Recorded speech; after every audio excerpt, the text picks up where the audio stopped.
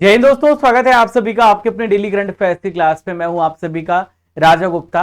और प्यारे दोस्तों, आज हम 20 मार्च 2026 के महत्वपूर्ण डेली करंट अफेयर्स को पढ़ने वाले हैं पूरा डिटेल से, पूरे विस्तार से।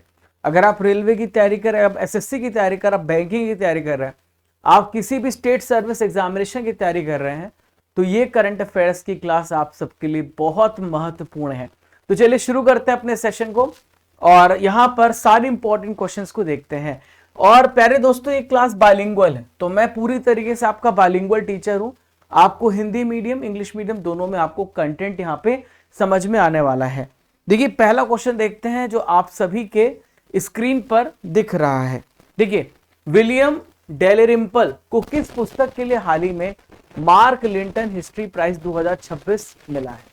तो देखिए, यहां पर इनकी बुक का जो नाम है, ये है the golden road, how ancient India transform the world. इस बुक के लिए हाल ही में विलियम डेम्परिल को मार्क लिंटन हिस्ट्री प्राइज मिला है।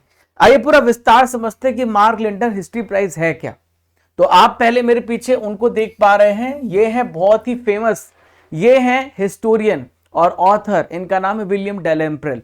तो इनकी बुक का नाम है the golden road, how ancient India transform the world. इसके लिए इनको यहाँ पे बहुत ही famous Mark Linton history prize यहाँ पे जीता है। आपने इस बात को समझा? तो इन्होंने क्या किया है कि बहुत ज्यादा रिसर्च किया कि हमारी जो प्राचीन इतिहास रही है उस पर भारत के प्रभाव को उजागर किया कि भारत का क्या इंपैक्ट रहा है एंशिएंट इंडिया में, भारत ने कैसे इन्फ्लुएंस किया है। It has highlighted the influence of India on the ancient world. तो ये जो पुरस्कार है, ये कोलंबिया जर्नलिज्म स्कूल और हार्वर्ड विश्वविद्यालय की जो नीमन फाउंडेशन है उसके द्वारा ये दिया जाता है। ये भी ध्यान में रखिएगा, ये पूछा जा सकता है। तो कोलंबिया जर्नलिज्म स्कूल और हार्वर्ड यूनिवर्सिटी के नीमन फाउंडेशन के द्वारा दिया गया, ये भी आप ध्यान में रखिए। इसमें जो कैश प्राइस है वो कितनी है? $10,000। $10,000 आप अगर अभी 92 से मल्टीप्लाई करेंगे, अभी $1 की कीमत 92 है, तो आपको इंडियन रुपीज में करेंसी मिल जाएगी। दोस्तों, अभी हाल ही फिलहाल में बहुत सारे अवार्ड्स दिए गए हैं, उसको भी मैं रिवाइज करा देता हूं। तो हमारा तरीका ये रहा है कि जब भी हम कोई भी इंपॉर्टेंट करंट अफेयर पढ़ते हैं, उससे रिलेटेड इंपॉर्टेंट 10 से 15 फैक्ट जान लेते हैं। तो ग्रैमी अवार्ड म्यूजिक इंडस्ट्री का सबसे बड़ा अवार्ड, अगर आपसे पूछा जाए म्यूजिक इंडस्ट्री का, संगीत क्षेत्र का सबसे बड़ा अवार्ड कौन सा है, वो ग्रैमी अवार्ड है। उसमें दलाई लामा को बेस्ट ऑडियो बुक, नरेशन और स्टोरी टेलिंग का अवार्ड मिला है। रिपब्लिक डे पर 2026 में सबसे बेस्ट झांकी महाराष्ट्र की झांकी बनी है। अशोक चक्र, शुभांशु शुक्ला को अशोक चक्र मिला। ठीक है, तो शांति के समय दिए जाने वाला सबसे बड़ा जो अवार्ड है वो अशोक चक्र है, शुभांशु शुक्ला को मिला है। राष्ट्रीय बाल पुरस्कार 2025 ये वैभव सूर्यवंशी को दिया गया, जो कि बिहार के बेहतरीन क्रिकेटर हैं। 40 अंडर 40 लायर अवार्ड 2025 ये शुभम अवस्थी को मिला है। Transformational leader of the year जो मिला है वो जय शाह को मिला है। जय शाह कौन है? तो आईसीसी के वर्तमान में चेयरमैन है जय शाह। इसके पहले बीसीसीआई के यहां पर चेयरमैन थे जय शाह, जो कि अमित शाह के बेटे हैं। आपने जय शाह को हाल ही में फाइनल मैच में देखा भी होगा।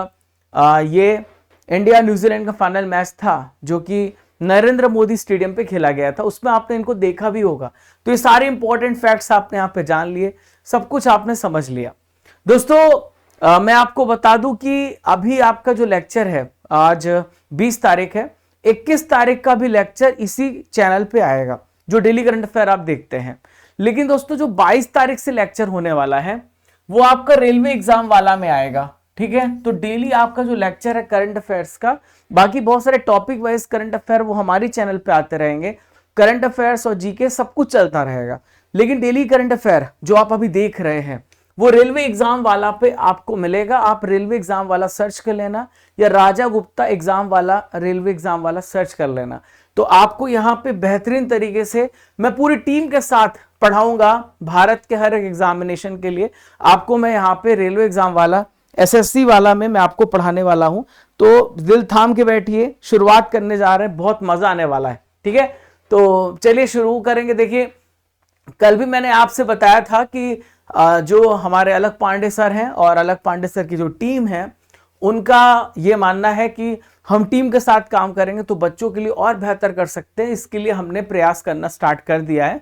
तो हमने शुरुआत रेलवे एग्जाम वाला से करनी है। ठीक है, तो आप सभी लाइव जुड़िएगा। 21 तारीख को लॉन्चिंग भी है मेरी 11:45 पर, और इसके अलावा रेगुलर आपकी जो 22 तारीख को डेली सुबह 6 बजे क्लासेस है वो मैं लाइव यहीं पे आपको पढ़ाऊंगा। ठीक है, बाकी सब कुछ वैसे ही चलेगा।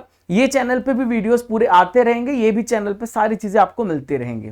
भारत और इंडोनेशिया ने किस यूनेस्को साइट के संरक्षण के लिए रणनीतिक साझेदारी करी है? इंडिया और इंडोनेशिया ने अभी एक स्ट्रेटेजिक पार्टनरशिप करी है, तो किस टेंपल के लिए अभी हाल ही में रणनीतिक साझेदारी करी है? तो भारत ने अभी यहां पर देखिए प्रम्बानन मंदिर परिसर, ये कहां पर है? तो प्रम्बानन मंदिर परिसर इंडोनेशिया में है। तो आप अगर इंडोनेशिया जाएंगे तो आपको साउथ ईस्ट में बहुत सारे टेम्पल्स देखने को मिलेंगे जो हिंदू टेम्पल हैं, तो वहां पर आपको हिंदुज्म के बारे में बहुत कुछ जानने को मिलेगा। तो प्रम्बन मंदिर परिसर है जहां पर अभी यहां पर भारत इंडोनेशिया ने मिलकर के यहां पर इसके संरक्षण के लिए साझेदारी करी कि हम इसको बचाएंगे। तो मेरे पीछे आप तस्वीरों में देख सकते हैं प्रम्बनन मंदिर है, बहुत ही सुंदर, बहुत ही प्यारा मंदिर है। ये 9वीं सेंचुरी का मंदिर है और इसको यूनेस्को साइट में शामिल किया गया है। तो इसका जीर्णोद्धार, जीर्णोद्धार का मतलब क्या होता है? रिनोवेशन, यानी इसमें जो भी यहां पर कॉस्टिंग आएगी तो दोनों देश मिलकर के इसको भरेंगे, इसको रीस्टोर करेंगे, वापस इसको बेहतर बनाएंगे, और इसको कंजर्व करने के लिए अभी दोनों देशों ने मिलकर के पार्टनरशिप करी है। बात समझ में आई आपको? तो ये जो समझौता है भारत का भारतीय पुरातत्व सर्वेक्षण 1861 में स्थापित हुआ था, आर्कियोलॉजिकल सर्वे ऑफ इंडिया। ठीक है, अलेक्जेंडर कनिंघम आपको पता है उस समय इन्होंने स्थापित करी। और इंडोनेशिया का एक मिनिस्ट्री है कल्चरल मिनिस्ट्री, इन दोनों ने यहाँ पे समझौता किया है कि हम दोनों मिलकर के इस टेम्पल को, इस परिसर को सुरक्षित रखेंगे। तो प्रबंधन मंदिर जो परिसर है वो आपको इंडोनेशिया में जावा आइलैंड है, वहां पर देखने को मिलेगा। 9वीं सेंचुरी का हिंदू मंदिर, इसे दूसरे नाम से भी जानते हैं, इसे कहते हैं कैंडीरोरो जोंगग्रांग। क्या बोलते हैं? कैंडीरोरो जोंगग्रांग, इसके नाम से भी इसको हम समझते हैं। तो ये यूनेस्को साइट जो है, यहां पर जो मुख्य देवता भगवान शिव है, इसके अलावा आपको विष्णु ब्रह्मा त्रिमूर्ति भगवान जो हम जानते हैं ना, ब्रह्मा विष्णु महेश, जिन्हें तीन मूर्ति कहते हैं, तो आपको यहां पर देखने को मिलेंगे। ये उनके लिए पूरी तरीके से डेडिकेटेड है।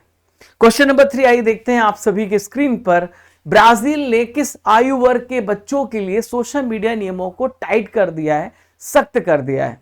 अभी आप जितना भी देख पा रहे होंगे लगातार इस पर प्रयास किया जा रहा है और दूसरे देश भी इसके एग्जाम्पल लगातार ले रहे हैं। तो ब्राजील ने भी फैसला किया है कि 16 साल से कम उम्र के बच्चों पर पूरी तरीके से निगरानी रखी जाएगी, मॉनिटरिंग रखी जाएगी, और इतनी आसानी से वो सोशल मीडिया का यूज नहीं कर सकते हैं। तो ब्राजील ने 16 साल से कम उम्र के बच्चों के लिए सोशल मीडिया के नियमों को सख्त करने का फैसला किया है।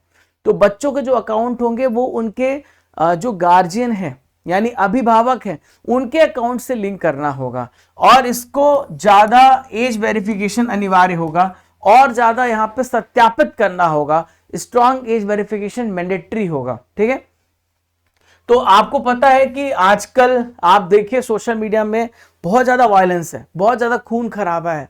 आजकल बच्चे गेम खेलते हुए बहुत आदी हो जा रहे हैं। अश्लील कंटेंट भी बहुत सारे, ऑब्सीन कंटेंट है जो उनको नहीं देखना चाहिए, पोर्नोग्राफिक कंटेंट है, इसके अलावा हार्मफुल कंटेंट भी है। तो इस वजह से इनसे दूर रखने के लिए यहां पर एक कदम उठाया गया है। हाल ही में जो बहुत सारे देश, उसके बारे में आपको बताता हूं। पहले ब्राजील की लोकेशन देख लीजिए। तो ब्राजील में अमेजन फॉरेस्ट है और दुनिया की विशालतम नदी अमेजन जो रिवर है वो यहां पर आपको बहती देखने को मिलती है। 13 देशों के साथ ब्राजील की सीमा छूती है, और जो दुनिया का फेफड़ा कहा जाता है, अमेजन फॉरेस्ट को कहा जाता है, वो ब्राजील में ही देखने को आपको मिलेगा। तो ये ब्राजीलिया यहाँ की कैपिटल है, लूला डा सिल्वा इसके राष्ट्रपति हैं। लूला डा सिल्वा के बहुत अच्छी मित्रता हमारे देश के प्रधानमंत्री के साथ। यहाँ पे जो भाषा का इस्तेमाल होता है वो पुर्तगाली भाषा का इस्तेमाल होता है। यहाँ करेंसी जो है वो ब्राजीलियाई रियाल है। अमेजन नदी और अमेजन वर्षा वन यहीं पे लोकेटेड है। तो 16 साल से कम उम्र में के लिए न्यूजीलैंड ने हाल ही में फैसला किया, उस पर बैन लगाया है। ऑस्ट्रेलिया में सेम यहीं पे प्रतिबंध लगाया है। 16 साल से कम उम्र के बच्चे यूट्यूब का इस्तेमाल नहीं कर पाएंगे। इसके अलावा स्पेन ने 16 साल से कम उम्र के बच्चों के लिए सोशल मीडिया के लिए सख्त प्रतिबंध लगाया, यूरोप का पहला कंट्री है। कर्नाटक भारत का पहला ऐसा राज्य है जिसने 16 साल से कम उम्र के बच्चों के लिए सोशल मीडिया पे यहाँ पे बैन लगाया है। तो बहुत सारे राज्यों ने, बहुत सारे देशों ने अलग अलग जगहों पर बैन लगाया है, ठीक है। देखिए इंडोनेशिया ने भी बच्चों को ऑनलाइन खतरे सुरक्षित करने के लिए 16 साल से कम उम्र के बच्चों के लिए सोशल मीडिया पे बैन लगाया है। क्वेश्चन नंबर 4 आप सभी के स्क्रीन पर आइए देखते हैं। भारत किसके उत्पादन में हाल ही में दुनिया का नंबर 1 प्रोडक्शन में कंट्री बन गया है? तो देखिए कोकोनट, भारत नारियल के उत्पादन में पहले नंबर पे। अभी मैंने आपको दूध के उत्पादन में भी नंबर 1 पढ़ाया था और चावल के में भी मैंने आपको पढ़ाया था। चावल में भी भारत ने चाइना को पीछे छोड़ दिया। तो आप कोकोनट यहां पर देखिए, भारत दुनिया भर के लगभग 30% से ज्यादा की हिस्सेदारी भारत रखता है। दुनिया का नंबर 1 जो नारियल उत्पादक देशों में से एक है। देश में लगभग 21,373.62 मिलियन नारियल का प्रोडक्शन होता है, ठीक है। तो बजट 2026-27 में दोस्तों हमने एक नारियल संवर्धन योजना की भी घोषणा करी है, जिसमें बहुत सारे जो हमारे पुराने पेड़ हैं उसकी जगह पे नए पेड़ लगाए जाएंगे और नारियल का प्रोडक्शन यहाँ पे बढ़ाया जाएगा। तो नारियल संवर्धन योजना में जो नारियल के लिए प्रोडक्शन के लिए काम करते हैं उस पर भी ध्यान दिया जाएगा, उन सभी की मदद भी की जाएगी, ठीक है दोस्तों। अब यहाँ पे हम बात करें, जनवरी 2026 में भारत ने 150.18 मिलियन रिकॉर्ड प्रोडक्शन किया, चाइना को पीछे छोड़ा है और विश्व का सबसे बड़ा चावल उत्पादक देश बना है। ये मैंने आपको पढ़ाया भी है। तो भारत ने चाइना का 145.28 मिलियन टन का जो प्रोडक्शन लेवल है उसको हटाते हुए भारत पहले नंबर पे पहुंच गया है। अब देखिए मैं आपको कुछ महत्वपूर्ण फसलों के बारे में बता रहा हूं जिसपे भारत कहां पे आता है, भारत के कौन से राज्य यहां पे नंबर 1 है वो भी मैं आपको पढ़ा रहा हूं। तो गेहूं आलू में यूपी नंबर 1 है, चाइना पहले नंबर पे। मक्के में अमेरिका टॉप में है, कर्नाटक भारत में है। दलहन में मध्य प्रदेश है और भारत यहाँ पे नंबर 1 है। मूंगफली में गुजरात नंबर 1 है, दुनिया में चाइना है। गन्ने के उत्पादन में ब्राजील नंबर 1 है, भारत में यूपी है। जूट के उत्पादन में भारत में नंबर 1 है, वेस्ट बंगाल पहले नंबर पे है। तंबाकू के उत्पादन में चाइना है दुनिया में और भारत में प्रथम आंध्र प्रदेश है। नेचुरल रबड़ के प्रोडक्शन में केरल नंबर 1 है, विश्व में प्रथम थाईलैंड है, ठीक है। ओके, क्वेश्चन नंबर 5 ये रहा, दुनिया का तीसरा सबसे बड़ा मेट्रो नेटवर्क वाला देश हाल ही में कौन सा बना है? Which country become the 3rd largest metro network in the world? तो दोस्तों हमारा प्यारा भारत, इंडिया इसका राइट आंसर हो जाएगा। भारत यहाँ पे दुनिया के तीसरे सबसे बड़े मेट्रो नेटवर्क में शामिल हो गया है। तो भारत चाइना अमेरिका के बाद हम बात करें, चाइना पहले नंबर पे है, अमेरिका दूसरे नंबर पे है, भारत तीसरे नंबर पे सबसे बड़ा मेट्रो नेटवर्क बन गया है। देखो मेट्रो जो है वो ऐसा है, कह सकते हैं आप किसी भी शहर की लाइफलाइन हो सकती है, क्योंकि आपको बता दूं मेट्रो बहुत फास्ट होती है, मेट्रो बिल्कुल सीधी चलती है और दूसरा पोल्यूशन भी कम करती है, तीसरा कॉस्ट इफेक्टिव होती है, बहुत ही कम प्राइस पे, नॉमिनल प्राइस पे, और चौथा आप सेफली सिक्योर, महिलाओं के लिए बहुत सेफ्टी होती है। खासकर जब मैं दिल्ली मेट्रो में ट्रैवल कर रहा था, अभी मैं परसों मैं नोएडा पहुंचूंगा तो मैं उसी मेट्रो से पहुंचूंगा, तो आप देखेंगे जब आप मेट्रो से ट्रैवल करते हैं तो बहुत इफिशिएंट और किसी भी जो शहर की इकोनॉमी होती है उसी पे डिपेंड भी करती है। बहुत सारे लोग रोजगार के साधन मतलब रोजगार जब करने आते हैं शहरों में तो इसी का इस्तेमाल करते हैं। तो बहुत बेहतर मीडियम है, बहुत सेफ मीडियम है, बहुत रिलायबल है, ठीक है। तो हम बात करें, देश में 1143 किलोमीटर से ज्यादा मेट्रो लाइन है, अभी और भी मेट्रो लाइन बन रही है। लगभग आप कह सकते हैं 936 किलोमीटर कंस्ट्रक्शन में है। 2014 में केवल 5 शहरों में मेट्रो नेटवर्क था, अब 26 से ज्यादा शहरों में मेट्रो नेटवर्क फैल चुका है, धीरे धीरे बढ़ रहा है। और 2014 में नेटवर्क 248 किलोमीटर था जो अब 1000 किलोमीटर से ज्यादा हो गया है। मेट्रो सेवाएं कहाँ पे मिलेंगी? दिल्ली एनसीआर, मुंबई, बेंगलुरु, कोलकाता, चेन्नई, इंदौर, भोपाल, अहमदाबाद, पुणे, ऐसे 26 शहर हैं जहां पे मेट्रो सेवाएं आपको देखने को मिलेंगी। क्वेश्चन नंबर 6 है, देखते हैं। भारत औद्योगिक विकास योजना जिसे बोलते हैं भव्या, भव्या को केंद्रीय मंत्रिमंडल ने हाल ही में अप्रूवल किया। तो भव्या है क्या और अप्रूवल क्या किया मैं समझाता हूं। तो 18 मार्च 2026 को भव्या को यहां पे अप्रूव किया है हमारे भारतीय जो मंत्रिमंडल है उन्होंने। तो मेरे पीछे आप देख सकते हैं अश्विनी वैष्णव जो रेलवे मिनिस्टर, इसके अलावा सूचना एवं प्रौद्योगिकी मंत्री भी है। तो भारत औद्योगिक विकास योजना को अप्रूव किया 18 मार्च को, जिसमें 33,660 करोड़ रुपया खर्च होने वाला है। ठीक है, तो जो भव्या है ये क्या है समझाता हूं।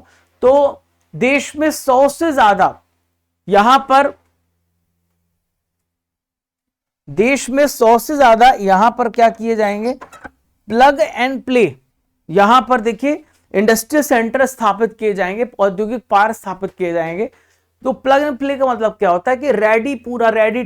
कोई भी एंटरप्रेन्योर आता है उसको पहले इकोसिस्टम चाहिए, तो अगर हम उसके लिए पहले से इकोसिस्टम बना के रखें तो अपना व्यापार स्टार्ट कर सकता है। तो उसके लिए वो सारी फैसिलिटीज देना ताकि वो अपने बिजनेस को बेहतर तरीके से चला सके और उसको वो पूरा एनवायरनमेंट मिल सके, इसके लिए काम किया जा रहा है।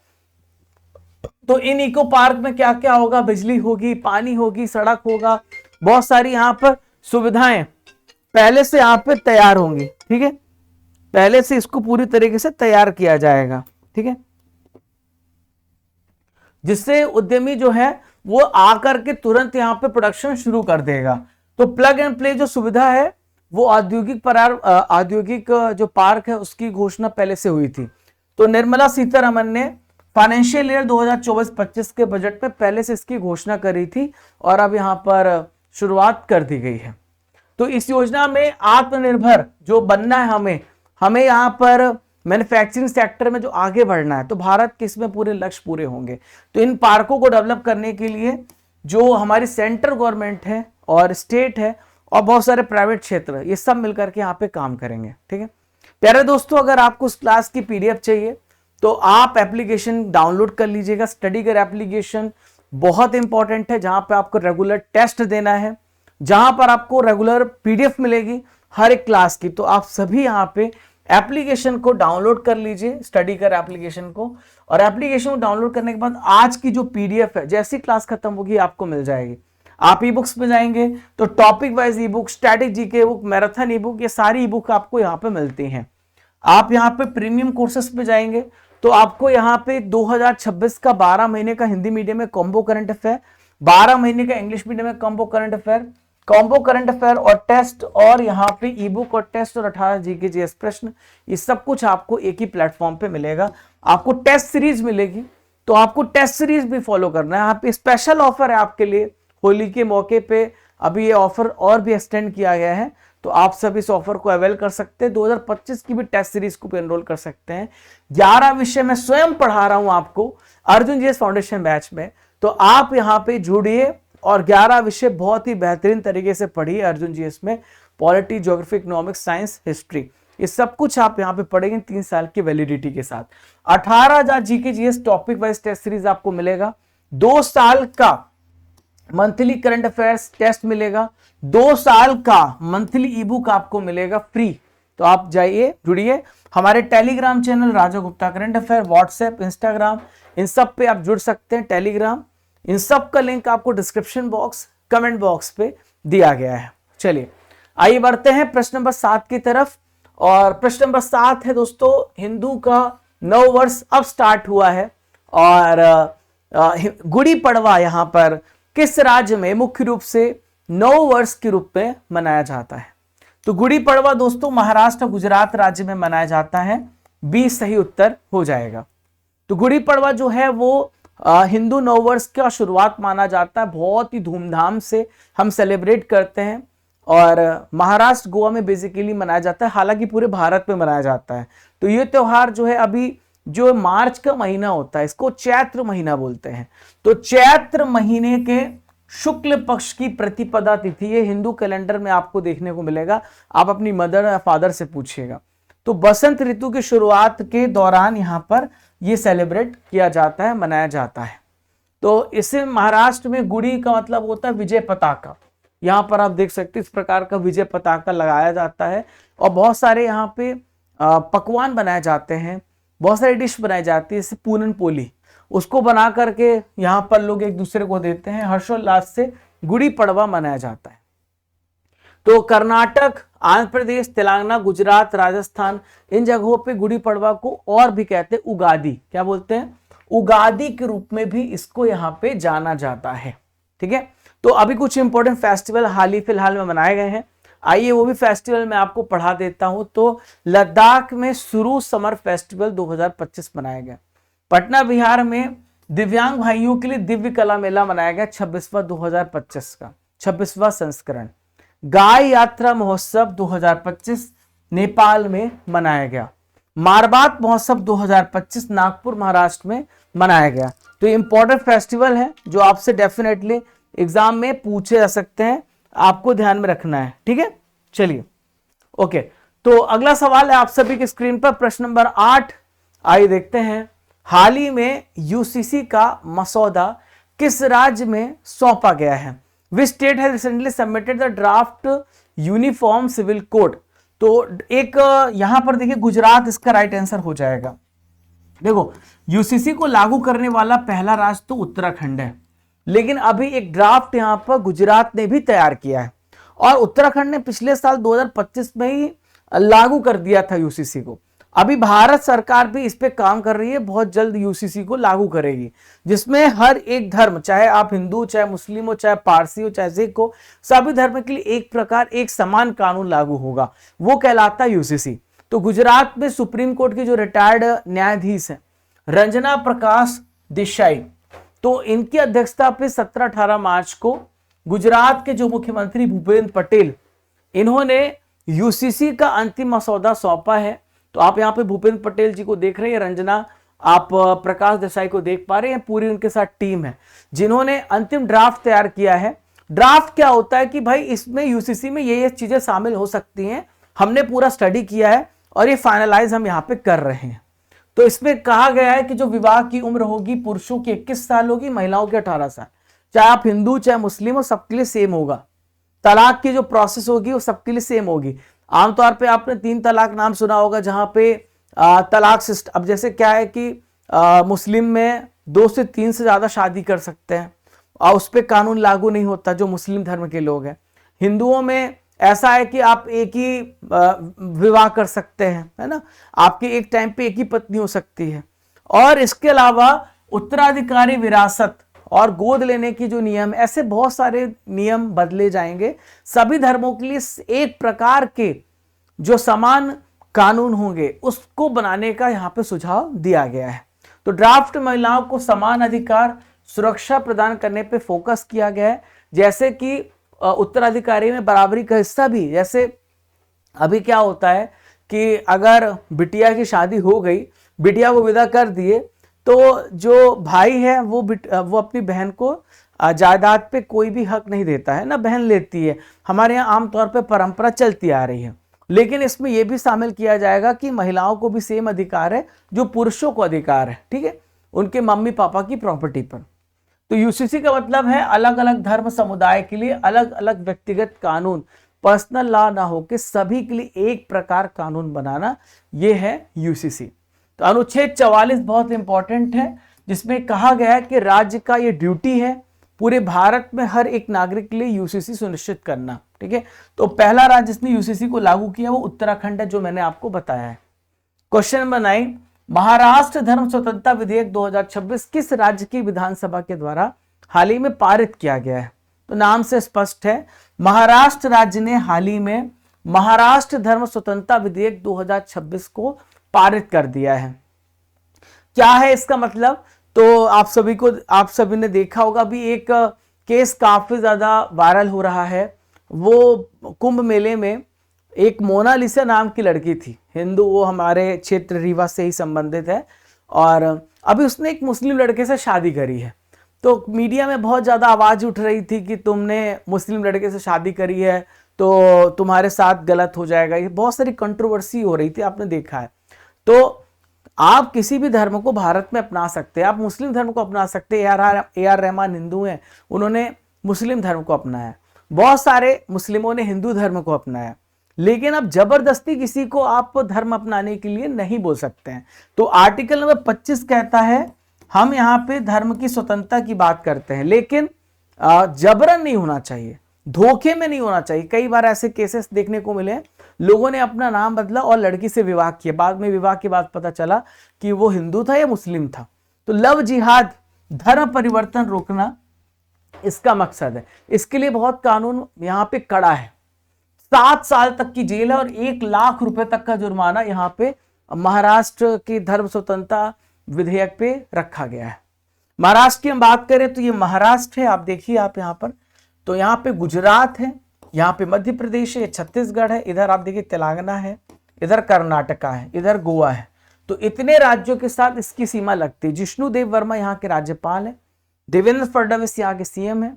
1960 में महाराष्ट्र की स्थापना हुई। महाराष्ट्र और गुजरात दोनों अलग हुए थे 1960 में। आज का आखिरी महत्वपूर्ण प्रश्न आप सभी के स्क्रीन पर, हाल ही में भारत सरकार ने लोकसभा से कौन सा विधेयक वापस लिया है? विच यहां पर देखिए, विच यहां पर बिल होना चाहिए, which bill has been withdrawn from the Lok Sabha by the government of India recently. तो इसको कहते हैं जन विश्वास प्रावधानों में संशोधन विधेयक 2025। तो इसको अभी यहां पे वापस लिया है लोकसभा से, इस बिल को वापस लिया है। आइए समझते हैं क्या है ये। तो 17 मार्च 2026 को भारत सरकार ने लोकसभा से जो जन विश्वास है प्रावधानों में संशोधन विधेयक 2025 को वापस कर लिया है, इसको विड्रॉ कर लिया है। तो इस विधेयक में क्या क्या था समझाता हूं। तो इसमें यह था कि छोटे अपराधों को अपराध की श्रेणी से बाहर रखा गया था। मतलब जो छोटे छोटे अपराध हैं, माइनर ऑफेंस होते हैं, छोटी सी किसी ने 200 रुपए 500 रुपए की चोरी कर ली और वो शिकायत करने जाता है तो उसको जुर्म में नहीं रखा जाएगा, ठीक है। और ईज ऑफ डूइंग बिजनेस, ठीक है, इसको लेकर के भी यहाँ पे प्रावधान थे, तो यहाँ पर इसको वापस लिया गया है। तो ये विधेयक व्यापार करने की प्रक्रिया को सरल बनाने के लिए था और जो छोटे छोटे उल्लंघनों पे कठोर दंड होते हैं उससे बचाने के लिए लाया गया था। लेकिन बहुत सारी इस पे अपोजिशन हुई और ये फैसला किया गया कि छोटा छोटा जो उल्लंघन है वो भी कठोर दंड के लायक होगा, इसके लिए यहाँ पे वापस किया गया है। तो ये विधेयक उद्योगों और नागरिकों दोनों को छोटे छोटे अपराध को जेल से बचाकर जुर्माना, या तो जुर्माना लगाया जाएगा, चेतावनी दी जाएगी, यहां तक सीमित करता था, जिससे व्यापार और जीवन दोनों आसान बन सके। लेकिन दोस्तों बाद में फैसला किया गया कि छोटा छोटा अपराध भी कल को बहुत बड़ा अपराध बन सकता है, इसके लिए इस विधेयक को यहाँ पर वापस किया गया है। दोस्तों आपने सारी चीजों को पढ़ लिया, अब बारी यहाँ पे RRR की है, जहां पे फरवरी 2026 के महत्वपूर्ण करंट अफेयर्स को आप पढ़ेंगे। आइए देखते हैं किस कंपनी ने भारत में पहला ब्रेल लिपि वाला प्रीमियम क्रेडिट कार्ड लॉन्च किया है। तो ये है BOB card limited, B. Arctic sentry mission किसने शुरू किया है?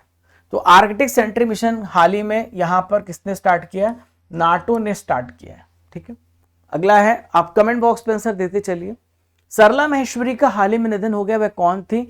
तो सरला माहेश्वरी न्यूज एंकर थी जिनका हाल ही में निधन हो गया है।